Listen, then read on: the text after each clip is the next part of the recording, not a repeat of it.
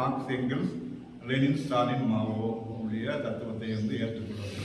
இதில் முன்ன பின்ன சில பேர் இப்போ ட்ராட்ஸ்கிஸ்ட்கள் வந்து லெனின் வரைக்கும் தான் ஏற்றுக்கொள்வாங்க, அதுக்கு பிறகு ஏற்றுக்கொள்ள மாட்டாங்க. இதெல்லாம் சில புரிதல் நம்ம புரிஞ்சுக்கணும். நம்ம இதெல்லாம் அப்படி அந்த புரிதலின் அடிப்படையில் பார்த்தீங்கன்னா உலக சூழல், அதாவது நம்மளுடைய அரசியல் தீர்மானம் என்னன்னா அடிப்படையில் வந்து ஏற்கனவே வந்து நம்ம வந்து மூளையுத்தி செயல்புத்தி அப்படின்னு இருக்கோம். மூளையுத்தி என்பது ஸ்ட்ராட்டஜி, ஒரு நீண்ட கால ஒரு புரட்சியை செய்வதற்கு ஒரு தேவை எப்படி வந்து ஒரு செயலுத்தி அமைக்கிறது. ஒரு செயலுத்தினா என்ன அப்படின்னு சொல்லிட்டு ஒரு சின்ன ஒரு உதாரணம் சொல்கிறேன் நான். இப்போ திடீர்னு பார்த்தீங்கன்னா ஒரு ஆற்றுல பார்த்தீங்கன்னா வந்து தவறி விழுந்துட்டாங்க.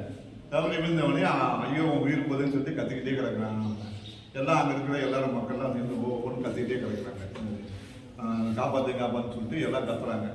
ஆனால் என்னன்னா வந்து யாரும் வந்து காப்பாற்ற முயற்சிஇல்லை. திடீர்னு ஒருத்தன் வந்து போய் அதை வந்து அவன் குதிக்கிறான், வந்து ஆற்றுல குதிச்சு காப்பாற்ற முயற்சி இருக்கிறான். காப்பாற்ற முயற்சி இருக்க சொல்ல என்ன ஆகுதுன்னு இவனுக்கு நீச்சல் தெரியாது. இவன் போயிட்டு அதை குதிச்சு என்ன பண்ணுறான், அது இவனு முடிக்கி செத்து போயிடுறான். அப்போ அதுக்கு பிறகு வந்து அங்கிருந்த இன்னொருத்தர் வந்து ஒரு படகை வந்து அங்கே கட்டி வைத்திருந்த அந்த ஆற்று ஓரத்தில் கட்டி வைத்திருந்த அந்த படகை வந்து அவுத்து விட்டு அந்த படகுல போய் அவங்க 2 பேரையும் வந்து காப்பாற்றுறாரு. இப்போ இதில் வந்து இந்த 2 பேர் செய்கிற காரியம் இருக்கு இல்லையா, முன்னால் வந்து பிடிச்சா, 2வது வந்து படகை யார் செய்த காரியம் சரியானது அப்படின்னு சொல்லிட்டு ஜூலியஸ் பூசிக் தன்னுடைய இதை கேட்க சொல்ல, அவர் சிறந்த வீரன் யார் அப்படின்னு சொல்லி கேட்கல. 2வது அந்த படகை கவுத்து போனவன் தான் வந்து சிறந்த வீரன். அவன் உயிர் போய் அவன் தியாகம் பண்ணால் கூட 2வது வந்து அதை செய்தவன் தான் வந்து உண்மையிலேயே வந்து சமயோஜித்தமாக செயல்பட்டு தான் வந்து சிறந்த வீரன். ஏன்னா வந்து அந்த அடிப்படையில் தான் வந்து இந்த சமூகத்தில் நாம் வந்து ஒரு அரசியல் மாற்றத்தை, ஒரு சமூக மாற்றத்தை கொண்டு வர வேண்டும்னால் நாம் வந்து என்ன மக்களை வந்து அணிதிரட்டி அதை வந்து ஒரு பாதுகாப்பு அரணாக கொண்டு சென்று இந்த மிகப்பெரிய அரசை வந்து கைப்பற்றுவது, அதை மாற்றி அமைப்பதற்கு அதற்கான திட்டங்களையும் வகுப்பது, மூளையுத்தியையும் செயலுத்தியையும் வகுப்பது, அதன் அடிப்படையிலே வந்து நாம் செயல்படுவது, அதற்கான ஒரு அரசியல் தீர்மானம் தான் இந்த தீர்மானம். இந்த தீர்மானம் என்னன்னா வந்து அடிக்கடி வந்து அரசியல் தீர்மானம் பேசிட்டு இருப்பாங்க. அந்த தீர்மானம் என்பது மாறிட்டே இருக்கும் அடிக்கடி. இன்றைக்கு சூழல் வந்து பிஜேபி ஆட்சிக்கு வரதுனால வந்து இங்கே காங்கிரஸ் ஆட்சி இருந்தது. தமிழ்நாட்டில் வந்து திமுகவும் ஏடிஎம்கவும் மாற்றி இருக்கு. இவர்களுக்கு ஒரு திட்டம் இருக்கிறது, இவர்களுக்கு ஒரு செயல்பாடு இருக்கிறது. அதே மாதிரி வந்து பார்த்தீங்கன்னா வந்து ஒவ்வொரு காலகட்டத்திலையும் சில திட்டங்களை வந்து உலகளாவிய சர்வதேச சூழலுக்கு தகுந்த மாதிரியே வந்து இங்கே நிறைய திட்டங்களை வந்து மாற்றி அமைக்கிறாங்க. உங்களுக்கு நமக்கே தெரியும், நமக்கு வந்து பல திட்டங்கள் வந்து அமெரிக்கா போன்ற பன்னாட்டு நிதி கார்பரேட்டுகளுடைய உதவியோடு வந்து மாற்றி அமைக்கிறாங்க. அப்போ அவர்களுக்கு துணையாக இவர்கள் தன்னுடைய அரசியலை வந்து மாற்றி அமைத்துக் கொண்டிருக்கிறார்கள். அப்போ அதை எல்லாவற்றையும் உள்வாங்கிக் கொள்வது தான் வந்து நம்ம இந்த அரசியல் தீர்மானம். அதுக்கு அந்த அரசியல் தீர்மானத்தை வந்து நம்ம எப்படி வந்து இந்திய சூழலை வந்து இந்திய சமூக கட்டத்தில் எப்படி வந்து புரிந்து கொள்வது என்பது தான் வந்து ரொம்ப முக்கியமானது. இன்றைக்கு வந்து நாம் வந்து இதை என்ன கணிச்சிருக்கோம்னா, நம்ம வந்து இதில் நிறைய விவரங்கள் இருக்குது. நான் எல்லா விவரத்துக்கும் சுத்தமாக சொல்ல வேண்டியதுனால நான் குறிப்பான விஷயத்துக்கே போயிடுறேன். நான் இந்த வந்து நம்ம வந்து இந்திய சமூகம் என்பது ஒரு புதிய காலனிய சமூக அமைப்பாக இருக்கு. அந்த புதிய காலனிய சமூக அமைப்பு என்பது ஒரு பாசிச அமைப்பாக மாறி இருக்கு. எத்தகைய ஒரு பாசிச அமைப்பு அப்படின்னு கேட்டீங்கன்னா வந்து ஒரு இந்து ராஷ்டிர பார்ப்பனிய பாசிசம் அப்படின்னு சொல்றேன். நான் நீண்ட காலம் அரசியல் இருந்தவர்களுக்கு ஒரு பிரச்சனை இருக்கும். 90களில் நான் என்ன நினைச்சேன்னா, இந்தியாவில் வந்து பாசிசமாக வர முடியாது. இப்படி வந்து எங்களுக்கு அரசியல் சொல்லிக் கொடுத்தவர்கள் இருந்தாங்க. நாங்கள் இருந்த கட்சியில் வந்து குறிப்பாக வந்து இஸ்லாமியர்களுக்கு எதிரான பாசிசம் வந்து வர முடியாது. ஏன்னு கேட்டால் இஸ்லாமியர்கள் வந்து ஒரு 15 கோடி மக்கள் இருக்காங்க. 15 கோடி மக்களும் வந்து எதிராக ஒரு அமைப்பை வந்து கொண்டு வந்தால் வந்து அந்த 15 கோடி மக்கள் வந்து எதிரானாங்கன்னா என்ன ஆகும், நாடே வந்து பெரிய பொந்தலுக்கு சிதற ஆயிடும் அப்படின்னு நினைச்சாங்க.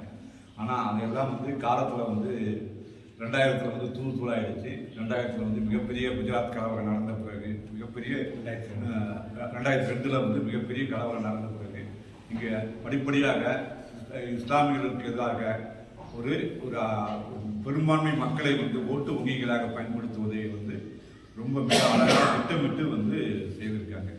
இதில் நாம் வந்து புரிஞ்சுக்கொள்ள வேண்டிய முக்கியமான விஷயம் என்பது வந்து நாம் வந்து ஒரு பாசிசத்துக்கு எதிராக நான் ஏற்கனவே நேற்று வந்து பாசிசத்துடைய முக்கிய பண்புகளை பற்றி சொன்னாங்க. அந்த பண்புகள் என்பது இந்திய இவர்களுக்கு இந்த குறிப்பாக ஆர்எஸ்எஸ்க்கு இந்தியாவினுடைய மிகப்பெரிய நம்ம பொதுச்செயலாளர் அடிக்கடி வந்து விரிவாக மந்தமாக பேசியிருக்காரு. என்னுடைய நாங்கள் வந்து ஒரு காணொலி வலைய இருக்குது, நீங்கள் யூடியூப்பில் போனீங்கன்னா கிடைக்காது. நாங்களும் வந்து ஒரு அன்ரிட்டன் ஹிஸ்ட்ரி ஆஃப் தமிழ்நாடுன்னு ஒரு யூடியூப் வலையத்தில் வந்து ரெட் ஸ்டார்க்குன்னு ஒரு தனி இது இருக்குது, அதில் போய் பார்க்கலாம். இன்னும் கூட வந்து ரெட் ஸ்டார்க்குன்னு சொல்லிட்டு ஒரு மத்திய இதில் வந்து இருக்குது. அதில் மிக தெளிவாக ஆர்எஸ்எஸ் வரலாறை வந்து ரொம்ப விரிவாக சொல்லியிருப்பாரு. நம்முடைய வரலாறை வந்து அவங்க எப்படி உருவாக்கினாங்க அப்படின்னு விஷயங்கள், அவங்க இன்னைக்கு எந்த வகையான அமைப்புகளை கட்டி செயல்பட்டு கொண்டிருக்கிறார்கள், எப்படி வந்து இப்போ கூட கடைசியாக ஒரு பண்பாட்டுக்கு ஆர்எஸ்எஸ் இன்ற வரைக்கும் ஒரு பண்பாட்டு அமைப்புன்னு தான் சொல்லிட்டு இருக்காங்க. ஒரு பண்பாட்டு அமைப்பு என்பது ஒரு நாட்டை நாட்டை ஆளுகிறது. உலகத்தில் எங்குமே இல்லாத ஒரு அதிசயம் இது. இன்ன வரைக்கும் நான் அந்த பண்பாட்டை கட்டி அமைக்கிறேன் அப்படின்னு சொல்லிட்டு, அப்போ வந்து இந்த பண்பாடு என்பது பாரம்பரிய பண்பாடு. நாங்கள் தான் இருக்கோம். இந்த பாரம்பரிய பண்பாடு தான் வந்து பாரத பண்பாடு. இந்த பாரத பண்பாடு தான் நம்முடைய பாரம்பரிய பண்பாடு. இதை சொல்லிக்கிட்டே நம்ம வந்து இந்த ஆர்எஸ்எஸ் என்பது இங்கே நான் கட்டியமைக்கிறது. இது நம்முடைய பண்பாடா அப்படின்றது தான் கேள்வியான முக்கியமான கேள்வி. இல்லை அப்படின்றது தான் வந்து வரலாறு. நாம் வந்து எங்கிருந்து தொடங்குவது அப்படின்னு பார்த்தீங்கன்னா, இந்திய வரலாறை நாம் வந்து பார்த்தீங்கன்னா ஒரு ஏழறிந்த வரலாறு எப்படி இருக்கு அப்படின்னு சொல்லிட்டு பார்த்தீங்கன்னா, பார்ப்பனியம் என்பது ஒரு 2000 வருடங்களுக்கு முன்னால் தோன்றிய ஒரு மதம் வந்து, அந்த மதம் என்பது மனுஸ்மிருதியை அடிப்படையான கொண்ட மனுஸ்மிருதி தான் அதனுடைய பிரதான அடிப்படை. மனுஸ்மிருதியை பற்றி உங்களுக்கு நான் சொல்ல வேண்டியதுன்னா நிறைய விஷயங்கள் இருக்கும். அதை பற்றியான நீங்கள் மனுஸ்மிருதியை நீங்கள் விரிவாக தோழர்கள் வந்து குறைந்தபட்சம் வந்து படிக்கணும். அது சம்பந்தமாக நிறைய புத்தகங்களை வந்து சிறிய அளவுலேயே வந்து அதில் வந்து சுருக்கமாக வெளியிட்டிருக்காங்க. விரிவாகவும் வந்து அதை நம்ம படிக்கணும். மனுஸ்மிருதியும் பகவத்கீதையும் அதை ஒட்டிய இன்னொரு பல நூல்கள் வந்து இருக்குது. அந்த உபநிஷங்கள் சொல்லக்கூடிய பல நூல்கள் இருக்குது. அந்த சாராம்சங்கள் தான் இருக்குது. ஒரே ஒரு விஷயம் மட்டும் நம்ம வந்து புரிஞ்சுக்கணும். இந்த உலகத்தில் தோன்றிய அனைத்து சொத்துக்களுக்கும் அனைத்து செல்வங்களுக்கும் சொந்தக்காரர்கள் பார்ப்பனர்கள் மட்டும்தான். மற்றவர்களுக்கு அவர் சொந்தம் கிடையாது. அவர்கள் இவர்களுடைய பார்ப்பனர்களுடைய இது பெற்றுதான் வந்து அவர்கள் வந்து வாழ்கிறார்கள். அவர்களுடைய உதவி பெற்று அவர்கள் கொடுத்துதான் இவர்கள் வாழ்கிறார்கள் என்பதுதான் மனுஸ்மிருதியினுடைய அடிப்படையான அம்சம். இந்த அம்சத்தை இதுக்கு எதிராக தோன்றியதுதான் இந்தியாவில் வந்து மிகப்பெரிய சமய சீர்திருத்த இயக்கங்கள் தோன்றியது. புத்த மதம் தோன்றியது, இங்க இருக்கிற ஆசிவகம் தோன்றியது, இங்க இருக்கிற வைகுண்ட சமண மதம் தோன்றியது, வைகுண்ட தோன்றினாரு, வள்ளலார் தோன்றினார்,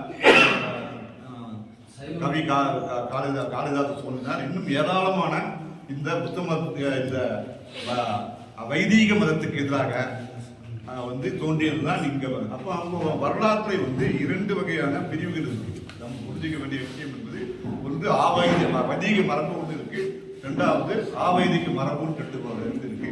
இந்த ஆவைதிக மரபு தான் நம்முடைய மரபு. நாத்திக மரபு இன்னைக்கு நம்ம சொல்லக்கூடிய சித்தர்களுடைய மரபு, இதன் அடிப்படையில் தோன்றியதுதான் பெரியார் மரபு என்பது. வரலாறு இன்னும் அதுக்கு முன்னால வந்து வெங்கடாச்சல நாயக்கர் ஒருத்தர் இருந்தாரு, அங்க பள்ளிக்கரையை வந்து அவங்க சீர்திருத்தத்துக்கு அவங்க அமைச்சார். இந்த மாதிரி நிறைய ஒவ்வொரு ஏரியாலும் பார்த்தீங்கன்னா வந்து ஒவ்வொரு பகுதியிலும் பார்த்தீங்கன்னா ஏராளமான சீர்திருத்தவாதிகள் தோன்றி வந்து அவங்க வந்து ஒரு மத குழுக்களை உருவாக்குனாங்க. இவங்க வந்து பார்ப்பினத்தை எதிர்த்து வந்து போர் புரிஞ்சிருக்காங்க. எண்ணற்ற துன்பங்கள் அணிந்து இந்த மக்களை வந்து வழிகாட்டியிருக்காங்க. இவர்கள் தான் நம்முடைய இந்த ஆவைதிக மரபை சேர்ந்தவர்கள் தான். நாம் வந்து இந்த மரபை சேர்ந்தவர்களை தான் நம்ம உயர்த்தி பிடிக்கிறோம். ஆன்மீகம் என்பதை பற்றி அடிக்கடி வந்து ஒரு சொல்லாடல் வந்து இங்கே நடந்துகிட்டே இருக்கும். நம்ம ரஜினிகாந்த் வந்து அடிக்கடி இங்கே பேசிட்டே இருப்பார். ஆன்மீக அரசியல்னா ஆன்மீகம் என்பது 2 வகையான இருக்கு. ஆன்மீகம் இங்கே வைதிக ஆன்மீகம் ஒன்று இருக்கு, நாத்திக ஆன்மீகம் ஒன்று இருக்கு. நாம வந்து நாத்திக ஆன்மீகத்தை தான் வந்து நாம சொல்றோம். ஆன்மீகம் என்பது அறம். இங்க வந்து திருக்குறள் இருக்கு, அறம் பற்றி பேசுகிறது. பிறப்புக்கு எல்லா உயிர்க்கும் சொல்வதுதான் வந்து நம்முடைய மரபு. பிறக்கும் போதே மனிதர்களுக்குள்ள வேற்றுமை இருப்பது என்பதுதான் பார்ப்பனிய மரபு. ஒரு ரொம்ப எளிமையாக இங்க வந்து மணிமேகலை என்பது பசிப்பினியை நோக்குவது வந்து மணிமேகலை இருந்தது. உங்களுக்கு வந்து இன்றைய வரைக்கும் வந்து பதிப்பினை ஆதரவு தொலைச்சுதான் வள்ளலாரும் இருக்கிறாரு. நம்ம பதிப்பினையை நோக்கிறது இன்னைக்கு தென்னிந்தியா தென் தமிழகத்துல பார்த்தீங்கன்னா வந்து கும்பலாக வந்து ஒரு கோயில் நடத்துறது பார்த்தீங்கன்னா வந்து பல ஊர்களும் சேர்ந்து வந்து 10,000 பேர் 50,000 பேர் 20,000 பேர் கும்பலாக வந்து சமைச்சு சாப்பிட்ற பழக்கம் வந்து இங்கேயும் வந்து பார்த்தீங்கன்னா நம்ம நிறைய வந்து தொலைக்காட்சி அப்போ நம்ம கூட இங்கே தென்பகுதியில் வந்து தெரியாது. இத்தகைய ஒரு மரபு என்பது நம்மளால ஒற்றுமையாக அன்னைக்கு வந்து பார்த்தீங்கன்னா எல்லாரும் உட்காந்து சாப்பிடுவாங்க எல்லாருமே. இந்த மரபு வந்து நம்முடைய தமிழக மரபு வந்து இந்த தமிழக மரபை வந்து நாம வந்து பேணி காப்போம். ஒவ்வொருத்தரும் தனியாக உணவும் கிடையாதுப்பா, அவங்க எல்லாம் ஒரே உணவு தான் சாப்பிடுவாங்க. இந்த மாதிரி பதிப்படி போக்குன்ற இந்த மரபை என்பது நாம் உயர்த்தி பிடிக்கணும். பார்ப்பனியம் என்பது எல்லாருக்கும் வெவ்வேறு உணவு. நீங்க வந்து 10 மாநிலத்தில் சாப்பிடக்கூடாது. நம்ம குறிப்பா இந்த நம்முடைய அமைச்சர் பொருளாதார அமைச்சர் நாங்கள் வந்து எதுவும் சாப்பிட மாட்டேன், எனக்கு வெங்காயம் சாப்பிட மாட்டேன், நான் அதை சாப்பிடுவேன், எதுவும் சாப்பிட மாட்டேன். இங்கே வந்து பூண்டு சாப்பிட மாட்டேன். நம்ம வந்து பூண்டு சாப்பிடுவோம், நம்ம வெங்காயம் சாப்பிடுவோம், நம்ம இங்கே எல்லாருமே நம்ம சாப்பிடுவோம். நம்முடைய உணவு முறை என்பது பார்ப்பனிய முறைக்கு எதிராக வைதீக முறைக்கு எதிரான ஒரு மரபு. இந்த மரபை புரிந்து கொள்வது முக்கியமான விஷயம் ஒன்று. இந்த மரபின் அடிப்படையில் தான் நாம் வந்து ஒரு ஐக்கிய முன்னணியை கட்ட வேண்டும் என்று நம்முடைய கட்சி வந்து அறைகூறி இருக்கிறது. ஒரு பரந்துபட்ட ஒரு புரட்சி நடக்க வேண்டும் என்றால், ஒரு சமூக மாற்றம் நடக்க வேண்டும் என்றால் கம்யூனிஸ்ட் கட்சி வேண்டும், மக்கள் திரள் அமைப்பு, ஒரு வெகுஜன மக்கள் திரள் போராடக்கூடிய ஒரு வெகுஜன மக்கள் வேண்டும், ஒரு மக்கள் இராணுவம் வேண்டும், அடுத்து வந்து ஒரு பரந்துபட்ட ஐக்கிய முன்னணி வேண்டும். இந்த 4 இருந்தால்தான் ஒரு புரட்சியை வந்து வெற்றிகரமாக செய்ய முடியும். இதுல வந்து முக்கியமானது பரந்துபட்ட ஐக்கிய முன்னணி. பரந்துபட்ட ஐக்கிய முன்னணி என்பதுதான் அரசியல் தீர்மானத்தினுடைய அடிப்படையான அம்சம். அந்த நீங்க விரிவாக அரசியல் தீர்மானத்தை நீங்க படிச்சுன்னா பரந்துபட்ட ஐக்கிய முன்னணியை எப்படி வந்து உருவாக்குவது என்பதை பற்றியான இருக்கும். ஐக்கிய முன்னணியில் நாம் யார் நண்பர்கள் யார் எதிரிகள் அப்படின்ற விஷயத்தை வந்து நாம புரிஞ்சுக்கணும். அந்த நண்பர்களுக்கு நண்பர்களை நாம் எதிரிகளாக்க கூடாது, எதிரிகளை நண்பர்களாக கூடாது. நமக்கு வந்து அவனுடைய பர்சனலாக இவனுக்கு பிடிக்கல, நமக்கு வந்து அவனுக்கு பிடிக்கல இவனுக்கு பிடிக்கலன்னு பார்க்குறேன். நாம் வந்து ஒரு கம்யூனிஸ்ட் கட்சி சேர்ந்தவர்கள். நாம் வந்து அவனுக்கு பிடிக்குதா இல்லையான்றதுலாம் 2வது பிரச்சனை. நாம் அரசியல் ரீதியாக அவனுக்கு நண்பனா நமக்கு எதிரியா என்பது தான் முடியும். எனக்கு வந்து திருமணம் காந்திய இவரை பிடிக்காது அவரை பிடிக்காதுன்னு ஒரு சமயத்தில் மனுஸ்மிருதிக்கு எதிராக இங்கே வந்து திருமாவளவன் வந்து மிகப்பெரிய இயக்கத்தை எடுக்கிறார்கள். அவருக்கு நம்ம ஆதரிப்போம். ஆராஜா வந்து எதிர்த்தாருன்னா அதை ஆதரிக்கணும். அதனால தான் நம்முடைய கட்சியை வந்து சென்ற முறை என்பது RSS பிஜேபியை தோற்கடிக்க வேண்டும் என்பதற்காக அவர்களை தோற்கடிப்பது வேட்பாளருக்கு ஓட்டு போட வேண்டும் என்று ஒரு திட்டத்தை வந்து முன்வைத்து அதை இந்தியா செயல்படுத்தினாங்க. அதனுடைய ஆழத்தை நாம் புரிந்து கொள்ள வேண்டும். அப்பதான் நாம வந்து சில பேர் கேட்கிற மாதிரி சில பேர் வந்து உடனே உங்களுக்கு வந்து நீங்க வந்து ஓட்டு பொறுக்கிகளாக மாறி விட்டீங்களா அப்படின்னு சொல்லிட்டு சில பேர் குறிப்பா வந்து மாவோயிஸ்டுகள் சில பேர் சில வந்து மாஜாக்கள் சில பேர் எல்லாம் கூட கேட்கிறாங்க. அதெல்லாம் வந்து வெறும் இவர்கள் வந்து அரசியல் புரியாதவர்கள். அரசியல வந்து நம்ம வந்து அரசியலை பற்றி புரிந்து அடிச்சு வழியை கூட வந்து புரிந்து கொள்ளாமல் இருக்கிறார்கள். எல்லா சமயத்திலையும் லெனின் காலத்திலே லெனின் வந்து டூமாவில் பங்கு கொண்டார், டூமாவை எதிர்த்தார். அவர் வந்து மாபெரும் மேதை. ஏன் அவர் சொல்றேன், அவர் தன்னுடைய வாழ்ந்த காலத்துல வந்து ரஷ்ய கம்யூனிஸ்ட் வழிகாட்டு சொல்ல கிட்டத்தட்ட வந்து ஒவ்வொரு ஆண்டுகளுக்கும் நவம்பர் புரட்சிக்கு முன்னால அதுக்கு முன்னால வந்து பிப்ரவரி புரட்சி நடக்குது. ஆனா பிப்ரவரி புரட்சிக்கு நவம்பர் புரட்சிக்கு இடையில 6 மாதத்தில் தன்னுடைய முழு செயல் திட்டத்தையும் முழு திட்டத்தையும் மாத்துறாரு. அதை நடைமுறைப்படுத்துறாரு. முழு ஸ்ட்ராட்டஜி, அதாவது மூல புத்தியே மாற்றி சோதனை புரட்சி கொண்டு வராரு. முதலாளித்துவ புரட்சியை வந்து சோதனை புரட்சியாக மாத்துறாரு. அந்த அளவுக்கு ஒரு கூர்மையான ஞானமும் மக்களை வந்து மக்களுடைய எழுச்சியை புரிந்து கொண்டு அதை செயல்படுத்தக்கூடிய அரசியல் அறிவும் என்பது நமக்கு வந்து தேவை. ஆனா வந்து இன்னும் சின்ன சின்ன சிக்கலாம் உடனே நீங்க டிஎம்கே எதிர்க்க மாட்டீங்களா அப்படின்னா டிஎம்கே நம்ம எதிர்ப்பு பண்ணலாம். அன்னைக்கு இருந்த ஒரு குறிப்பான அரசியல் சூழ்நிலை நாம் வந்து பிஜேபி தோற்கடிக்கிறோம். இன்றைக்கு வந்து பிஜேபி டிஎம்கே வந்து பல திட்டங்களை நடந்துட்டு அதுக்கு எதிராக நம்ம வந்து குரல் அவங்க டிஎம்கேக்கு எதிராக செயல்படுவோம், காங்கிரஸுக்கு எதிராக வந்து நம்ம செயல்படுவோம்.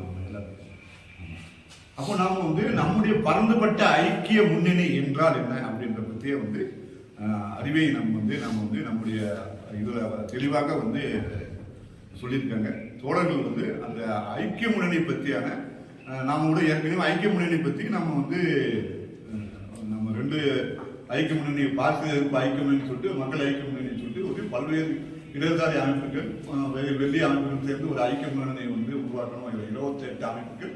அது மட்டும் இல்லாமல் தேர்தலுக்காக ஒரு பொது மேடையை வந்து 2000 பொது மேடை 24 ஒவ்வொரு மேடையும் ஐக்கிய முன்னணி என்பது கீழிருந்து நாம் இப்போ ஐக்கிய முன்னணி கேட்கிறோம், மேலிருந்தும் ஐக்கிய முன்னணி கேட்கிறோம்.